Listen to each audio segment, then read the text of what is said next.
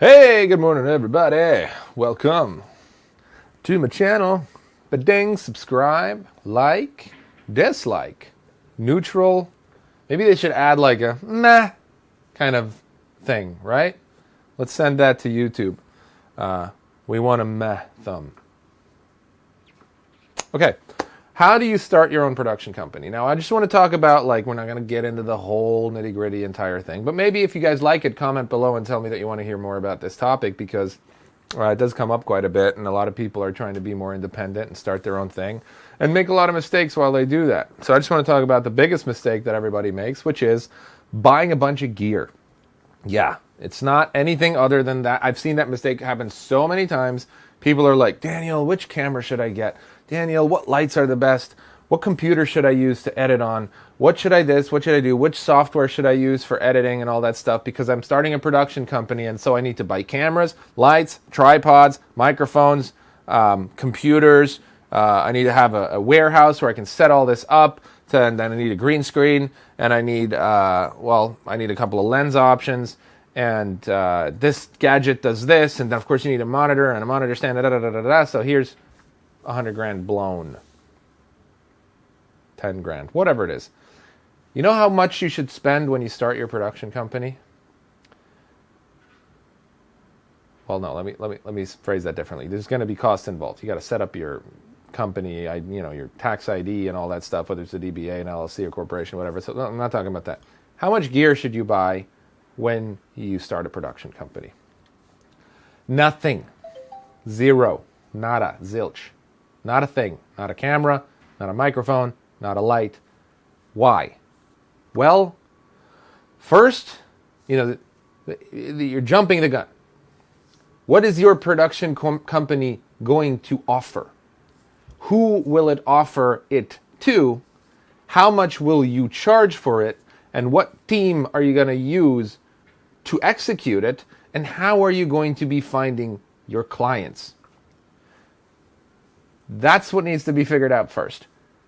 When you have a thing, Dream Reach Media offers high-end content to actors looking to boost their success, either by adding good content to their reels or creating short-form mini-films that they can use in film festivals, get better reps, or whatever it is. Okay, so there's a purpose here. It solves a problem for somebody.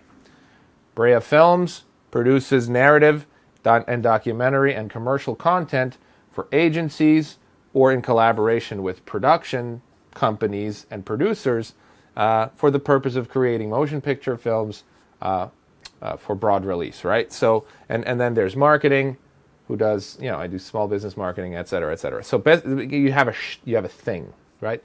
You need to start thinking in terms of what's the work I'll be channeling through my production company. You technically have a production company if you go produce a short film. I wrote a script. I want to put a team together. I'm going to start a company for that. You could do it just as yourself, but if you want to make it official and open a DBA or an LLC for that film, I guess you could. So you can payroll people through it and whatnot. So that's not a company in the sense that it's going to actually make you work. It's not really a business. It's just like a legal entity that you created for the purpose of housing a film, which we do on feature films, right? So every feature film is its own, or high-budget short film is its own entity, because it'll have its own accounting, its own tax ID. It's often a partnership with other people, so you don't want to partner up on your own company. It'll have bank accounts associated with that, and there's a limited liability aspect to it. So if something happens on that set, the insurance, the lawsuits, whatever it may be, are contained within that entity, and they don't come back to haunt the actual company or yourself personally. So the biggest mistake, though, that people make is this: if you build it, they will come. So go out, and they misunderstand that. If you build it, they will come, in my opinion, means if you come up with a solution for somebody, and it's actually a need, they will come to you for that solution. Not if you throw, something that may or may not be of use to somebody in the middle of a busy pool of others who already have that, and then just kind of stand there, something's going to happen, right? So this is the progression of building of a production company normally, what I've seen. People get excited. They're like, ooh, I love all this gear. I love all this stuff. I'm in love with producing and with editing. So I'll buy a camera and a mic and a this and a that, and then we'll just go out and shoot stuff. That's a hobby. That's an expensive hobby, right? You literally don't need any gear. Now, I own some stuff. I own, like, a jib and a few cameras and stuff, but that's because with Dream Reach Media, we have our own stuff because we shoot so much for so many clients, and we have sort of a bit of a standard process, but we still rent a lot of things. We'll still go out and get a different kind of camera or special lenses or whatever, depending on what the client wants. So there's still a certain amount of flexibility there. But normally people just buy a bunch of gear and they sit on it.